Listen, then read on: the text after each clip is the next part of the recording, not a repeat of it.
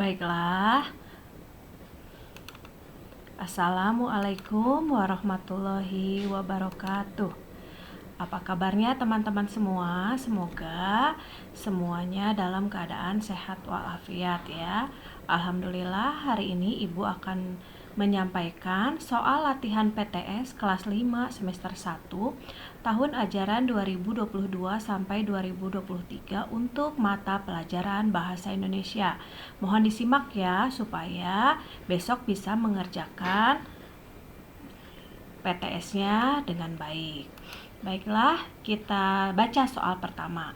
Nah, sebelum membaca soal pertama, teman-teman tentu ingat ada teks tentang ikan pari yang bernama Pisi ya. Ini bisa sambil dibaca. Teksnya ada di buku tematik. Nah, Ibu akan langsung saja membacakan soalnya. Mohon disimak ya. 1. Siapakah Pisi dan di mana ia tinggal? Ini pilihannya.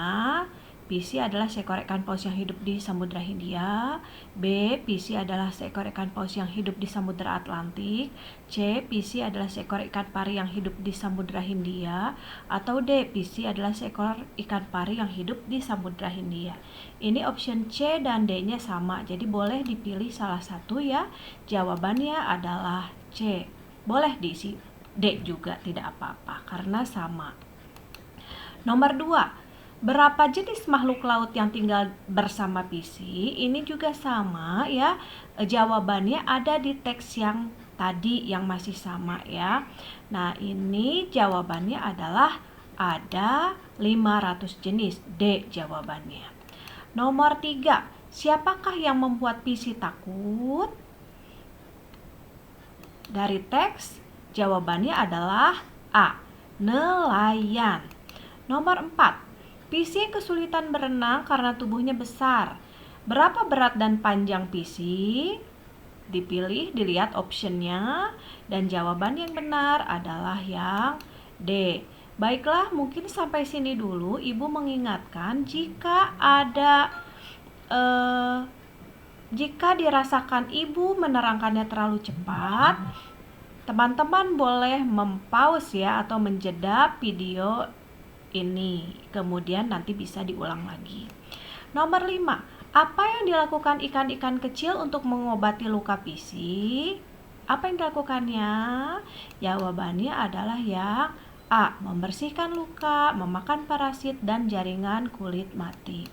Baiklah, untuk soal nomor 6 dan 8 kita akan mengerjakannya dengan membaca teks di bawah ini terlebih dahulu ya. Jawabannya ada di teks yang ini. Murid kelas 3 berkumpul di halaman sekolah. Mereka memakai seragam pramuka. Hari itu adalah jadwal latihan pramuka. Anak-anak senang mengikutinya hingga berakhirnya latihan pramuka sore itu. Soal nomor 6. Ringkasan cerita yang sesuai dengan teks tadi adalah, jawabannya adalah yang B. Iya, betul sekali. Nomor 7. Di manakah murid kelas 3 berkumpul untuk latihan pramuka sesuai teks di atas? Jawabannya di mana? Di lapangan sekolah. Nomor 8. Apa pengalaman anak-anak selama mengikuti latihan pramuka? Jawabannya adalah menyenangkan. Nah, ini untuk soal nomor 9 dan 10. Ada puisi yang menjadikan ada puisi di sini ya, potongan puisi. Ada potongan puisi untuk menjawab soal nomor 9 dan 10. Ibu bacakan ya. Anakku sayang, jadilah anak budiman. Tingkah laku baik dan sopan agar senantiasa disayang teman. Nah, puisi di atas bertutur tentang apa? Nomor 9. Puisi di atas bertutur tentang A. Nasihat kakak kepada adiknya. B. Nasihat guru kepada muridnya. C. Nasihat ibu kepada anaknya. Atau nasihat ibu kepada temannya. Jawabannya adalah yang C. Nasihat ibu kepada anaknya. Kita lanjutkan ke berikutnya. Nomor 10. Arti kata anak budiman adalah A. Anak yang pandai, B. Anak yang baik, C. Anak yang berilmu, atau D. Yang berakhlak mulia? Jawabannya adalah anak yang berakhlak mulia atau D.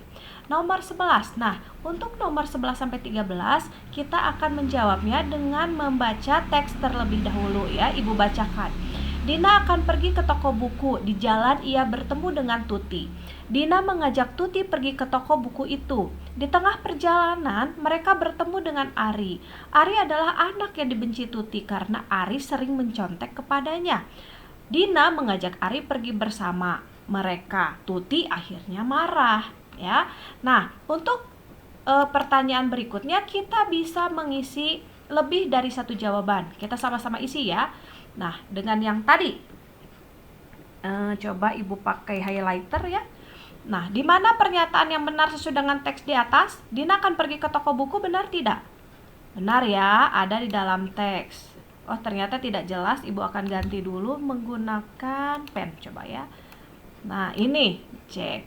Tuti mau membeli buku? Tidak ya, tidak ada yang membeli buku, adalah Dina. Apakah Dina mengajak Tuti ke toko buku? Betul, ini kita checklist lagi. Kemudian Ari adalah anak yang dibenci Susi, benar tidak? Iya, dibenci Tuti maksudnya ya. Dibenci Tuti, ini jawabannya benar ya. Ari adalah anak yang dibenci Tuti karena Ari tadi suka mencontek pada Tuti ya. Kita lihat soal berikutnya. Jika Dina tidak pergi dengan Ari, maka kalau Dina nggak jadi ngajak Ari bagaimana? Apakah Tuti tidak marah? Iya, betul ya. Karena kan tidak pergi dengan Ari. Apakah mereka tidak jadi pergi? Tidak ya, malahan jadi pergi.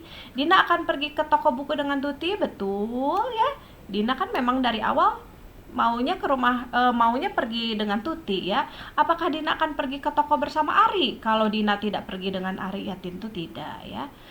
Jawabannya ini, satu pernyataan pertama dan pernyataan ketiga. Berikutnya, siapa yang diajak Dina ke toko buku?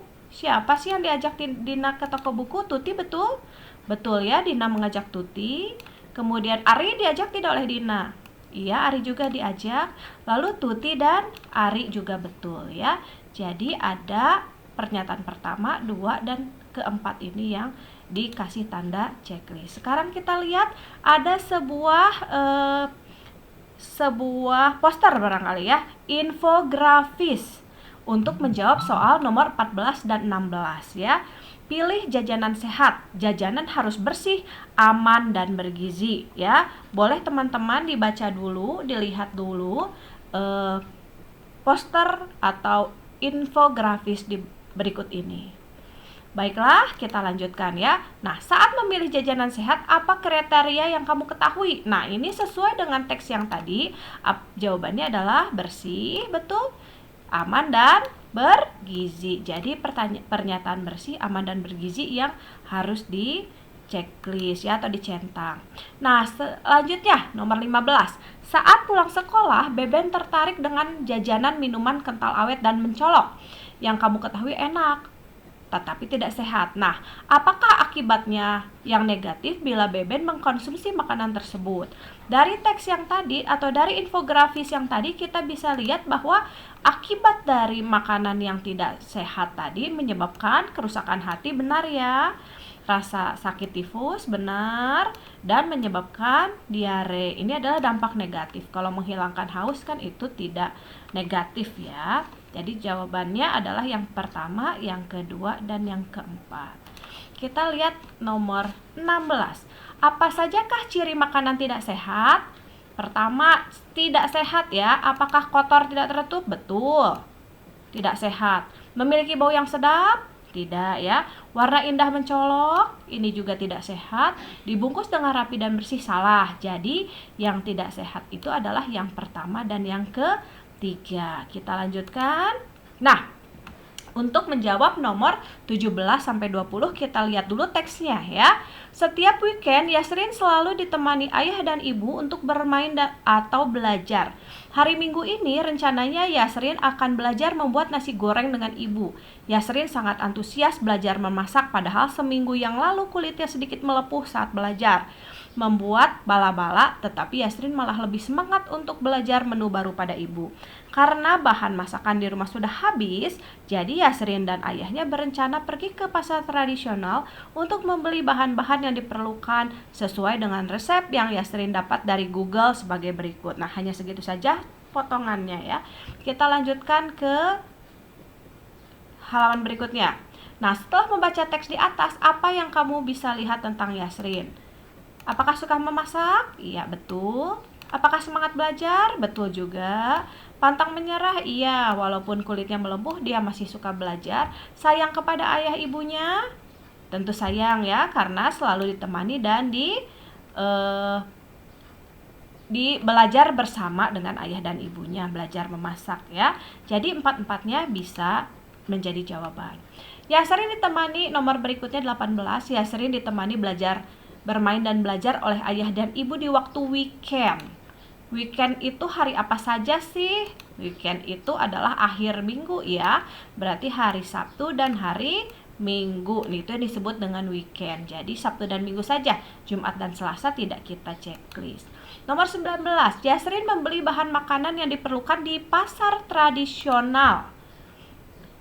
Apa ciri pasar tradisional yang kamu ketahui? Ya, ada tawar-menawar? Betul, ini kita kasih centang. Penjual menjual beragam dagangan? Betul juga, jadi ada 2 yang dicentang. Ada tag harga di setiap barang? Tidak ya. Kemudian menggunakan kasir saat membayar? Juga tidak, karena di pasar tradisional tidak ada kasir. Jadi hanya pernyataan 1 dan pernyataan 2 saja yang kita centang. Maksudnya nomor 20. Dalam daftar bahan-bahan nasi goreng yang akan dibuat Yasrin, manakah yang termasuk protein? Protein itu yang mana? Protein adalah bahan makanan yang fungsinya adalah sebagai zat pembangun, yaitu sosis sapi dan daging ayam. Hanya 1-2 yang kita checklist. Nasi putih ini mengandung karbohidrat, cabai merah mengandung vitamin ya. Jadi tidak kita centang karena yang ditanya adalah yang protein saja. Kita lihat untuk nomor berikutnya, kita baca dulu teksnya. Tentang sang kuryang. Sang kuryang tumbuh menjadi anak laki-laki yang tangguh dan gemar berburu di dalam hutan. Setiap berburu, dia selalu ditemani oleh anjing kesayangan ibunya yang bernama Tumang. Dia juga tidak mengetahui bahwa Tumang adalah ayahnya karena memang sengaja dirahasiakan oleh ibunya Dayang Sumbi. Suatu ketika, sang kuryang hendak berburu bersama Tumang. Disuruhnya Tumang untuk mengejar babi betina Wayung yang tak lain adalah ibunya Dayang Sumbi. Karena tidak menuruti perintah sang kuryang, dibunuhlah si Tumang oleh sang kuryang. Hati si Tumang diambil oleh sang kuryang dan diberikan kepada ibunya, Dayang Sumbi, untuk dimasak dan disantap. Mengetahui bahwa yang dimakannya itu adalah hati si Tumang, kemarahannya pun memuncak. Seketika itu kepala sang kuryang dipukul hingga terluka dan diusir dari tempat tinggalnya. Sang kuryang yang merasa kecewa dengan perlakuan ibunya itu pergi mengembara. Setelah kejadian tersebut, Dayang Sumbi menyesali perbuatannya. Dia berdoa untuk meminta petunjuk dan berharap sang kuryang lekas pulang kembali. Nah, ini hanya sepenggal saja, tidak sampai selesai ya ceritanya. Nah, untuk nomor berikutnya kita diminta untuk memasangkan atau menarik garis atau menjodohkan ya tokoh pertanyaan dengan informasi yang benar sesuai dengan teks. Nah, antagonis ini artinya adalah tokoh yang sifatnya baik. Nah, di sini yang baik siapa? Dayang Sumbi ya, Dayang Sumbi baik. Nah, protagonis di sini adalah sang kuryang. Mohon maaf kita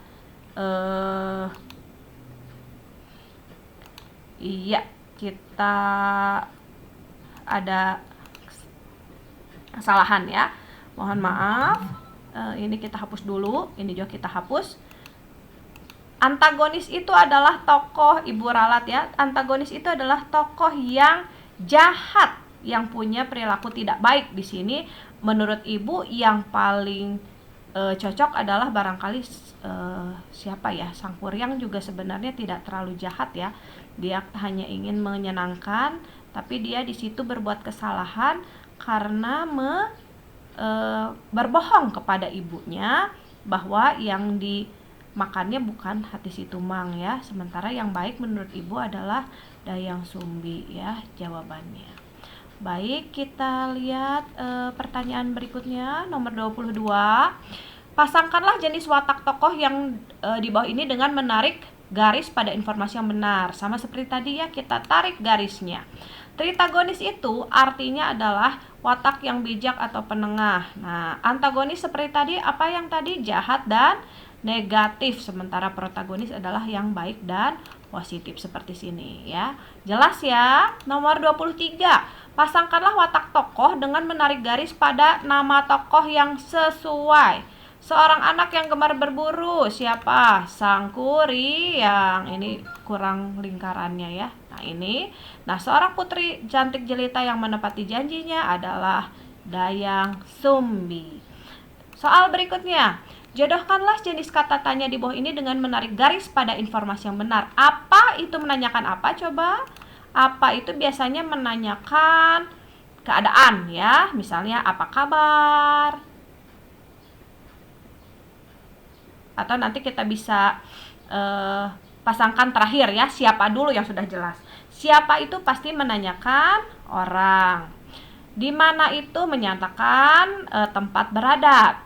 Kemudian mengapa itu menanyakan sebab, mengapa kamu nangis misalnya. Kapan menanyakan waktu. Kemudian bagaimana menanyakan keadaan ya. Bagaimana menanyakan keadaan, misalnya bagaimana kabarmu. Nah kalau apa ini menanyakan hal atau benda. Baiklah, sudah cukup jelas ya, hanya dikasih garis saja. Kita lihat halaman berikutnya. Nah sekarang jodohkanlah jenis ungkapan dengan menarik garis pada informasi yang benar. Apa sih yang ditendang oleh Sang Kuryang dan berubah menjadi gunung? Perahu. Siapa nama ayah Sang Kuryang? Tumang. Bagaimana Sang Kuryang membuat perahu besarnya? Dibantu oleh jin ya. Baik, sampai sini masih bercerita tentang teks yang tadi. Nah, untuk nomor 20 nomor berikutnya kita melihat teks nanti di buku di kertas ulangan atau di kertas PTS ini gambarnya lebih jelas ya tentang Bilal bin Robah sang muadzin Rasul. Nah, ini bisa dibaca dulu ya. Kemudian kita lihat soalnya. Nah, siapa muadzin pertama dalam Islam adalah? Jawabannya adalah Bilal bin Robah. Kemudian nomor 27.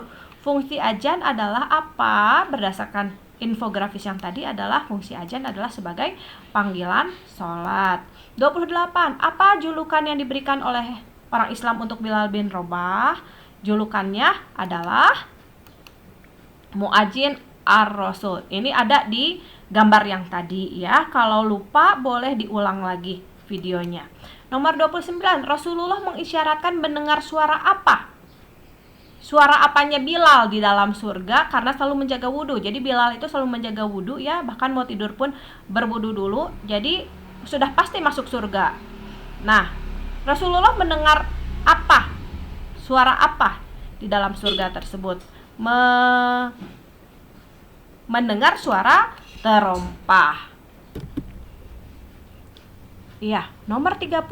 Arti hayya 'alas shalah dalam bahasa Indonesianya adalah marilah kita melaksanakan sholat. Nah, nomor 31. Apa pesan yang kamu tangkap dari poster di samping? Di sini ada tulisan korupsi berawal dari hal kecil seperti apa? Nyontek, bolos, ngibul, dan lain-lain ya. Jangan biarkan ia tumbuh besar. Jadi awal dari hal-hal kecil. Nah, apa yang pesan yang bisa kamu tangkap? Jawabannya adalah korupsi berawal dari hal kecil. Jadi jangan dibiasakan. Jawaban kamu boleh berbeda, boleh juga sama ya.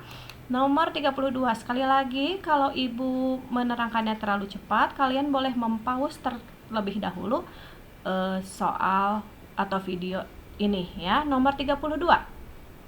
Buatlah kalimat tanya 5W plus 1H dari kata tanya sesuai dengan isi poster yang tadi ya, yang tentang korupsi ya. Apa, siapa, di mana, mengapa, kapan, dan bagaimana. Nah, ini adalah beberapa contoh yang sudah ibu buat. Nah, apa misalnya? Apa hal kecil yang mengawali korupsi? Nomor 2-nya, siapa yang dapat melakukan korupsi? Di mana korupsi dapat dilakukan? Mengapa dapat melakukan korupsi? Kapan korupsi dilakukan dan untuk yang bagaimana akibat korupsi. Nah, ini bisa dijadikan jawaban untuk pertanyaan. Nah, sekarang nomor 33, buatlah percakapan yang menarik dengan bantuan gambar di bawah ini. Jangan lupa memberi tanda petik pada kalimat percakapan. Jadi untuk nomor 33, teman-teman diminta untuk membuat sebuah percakapan dengan menggunakan ejaan yang benar ya. Ini jawabannya yang sudah Ibu buat. Misalnya, Andi, aku ingin membeli mainan kereta api. Kata Rino, bukankah kamu suka mainan pesawat? Andi, iya juga. Rino, bagaimana jika kita beli mainan bersama? Menurut Andi, ide bagus. Ayo kita pergi bersama, ayo. Nah, begitu. Jelas ya? Nah, nomor 34. Tulislah amanat atau pesan dari cerita yang kamu buat sebelumnya. Ini cerita yang sudah kamu buat sebelumnya, boleh bebas apa saja. Nah, ini hanya contoh dari Ibu ya. Ibu memberikan amanat, pesan atau cerita tentang korupsi yang tadi. Jadi amanatnya atau pesannya adalah kita tidak boleh korupsi. Nah, terakhir nomor 35 ada sebuah gambar. Di sini bisa kamu baca, ini ya ada ada tulisan-tulisan yang bisa kamu baca apa ini isinya. Nah, setelah diamati, apa fakta-fakta ilmiah yang bisa kamu ketahui dari gambar tersebut? Ibu hanya memberikan satu contoh, yaitu daerah sesar Lembang berpotensi terjadi gempa. Nah, seperti itu ya. Kamu boleh menuliskan fakta ilmiah yang lain yang kamu temukan dalam infografis yang tadi.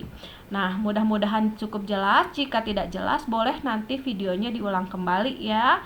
Nah, Ibu ucapkan terima kasih sudah memperhatikan. Semoga sukses, semoga bisa semua melaksanakan PTS dengan baik dan mendapatkan nilai yang bagus. Ibu akhiri sampai di sini. Wassalamualaikum warahmatullahi wabarakatuh.